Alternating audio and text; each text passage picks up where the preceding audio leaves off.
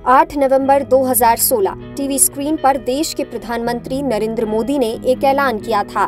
खबर थी कि देश में 500 और 1000 रुपए के पुराने नोट अब लीगल टेंडर नहीं रहेंगे। डीमोनेटाइजेशन यानी नोटबंदी ने पूरे देश को हैरान कर दिया था। आरबीआई ने पुराने नोटों को बदलने के लिए कुछ दिनों का समय भी दिया था। अब अगर नोटबंदी के 7 साल बाद कोई आपसे पुराने नोटों के बदले व्यापार करे तो लाजमी है आप सोचेंगे ये कैसी धोखाधड़ी है भला। हालांकि ऐसा सच में हुआ है। खबर उत्तर प्रदेश के बरेली से है, जहां भक्तों ने भगवान को ही चूना लगा दिया।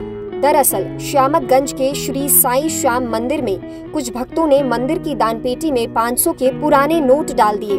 नोटबंदी के 7 साल बाद भी भक्त पुराने नोट भगवान को चढ़ा रहे हैं। अगर आपके पास दान करने के लिए रुपए नहीं है तो दान ना करें, लेकिन इस तरह से मानवता और लोगों की श्रद्धा को ठेस ना पहुंचाएं। ऐसे लोग इंसानों को तो धोखा दे सकते हैं, लेकिन भगवान को नहीं। ये शब्द हैं मंदिर के पुजारी पंडित सुशील कुमार पाठक के। उन्होंने और क्या क्या कहा, आइए सुनते हैं। मैं एक ही बात कहूँगा कि इंसान को धोखा दिया जा सकता है, भगवान को नहीं। एक अंधा व्यक्ति रोज मंदिर आता था, तो रोज दर्शन करता था, तो एक देखने वाले ने कहा कि भैया तुझे दिखता नहीं है, तू मंदिर आके क्या करता है? तो बोले मुझे ही तो नहीं दिखता, पर भगवान को तो सब कुछ दिखता है। तो डालने वालों ने सोचा कि यहाँ कोई देख नहीं रहा है, परंतु ईश्वर सब देख रहा है। ईश्वर को धोखा देना यानी स्वयं को धोखा देना है। मंदिर के पुजारी सुशील कुमार पाठक कहते हैं कि ऐसा काम करके लोग पुण्य की जगह स्वयं को पाप के भागीदार बना रहे हैं। पंडित जी ने बताया कि 2018 में ऐसे 5 नोट मिले थे और हाल ही में 500 रुपए का एक पुराना नोट फिर से दान पात्र से निकाला गया है। ऐसी हरकत करने वाले मनुष्य स्वयं को धोखा दे रहे हैं।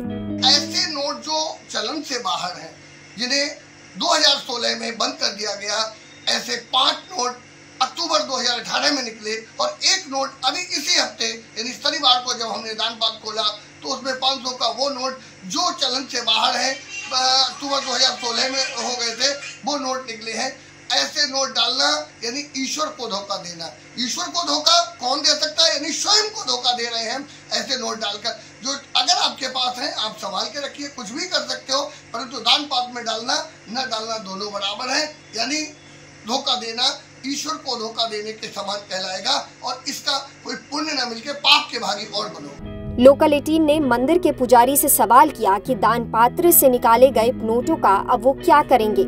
इस पर उन्होंने कहा कि सरकार के बैन करने के बाद भी लोग पुराने नोटों को आज भी भगवान के दान पात्र में डाल रहे हैं। इन नोटों को वो अपने पास संभाल कर रखेंगे और आने वाली पीढ़ी को दिखाएंगे कि इस तरह के नोट भी प्रचलन में चला करते थे। फिलहाल तो हमने इस सवाल के एक धरोहर के रूप में रखा है, क्योंकि ईश्वर के दान पात्र से मिले हैं। मैं कहीं आरबीआई को नहीं भेजूंगा। ये 6 नोट मेरे पास सुरक्षित रखे हैं और इनको रखूंगा और आने वाली पीढ़ियों को दिखाऊंगा कि ये ऐसे नोट हुआ करते थे। श्यामतगंज के श्री साईं श्याम मंदिर के पुजारी पंडित सुशील कुमार पाठक 500 के पुराने नोटों को संभालकर और सुरक्षित रखेंगे, क्योंकि इन नोटों को भगवान के चरणों में अर्पित किया गया है।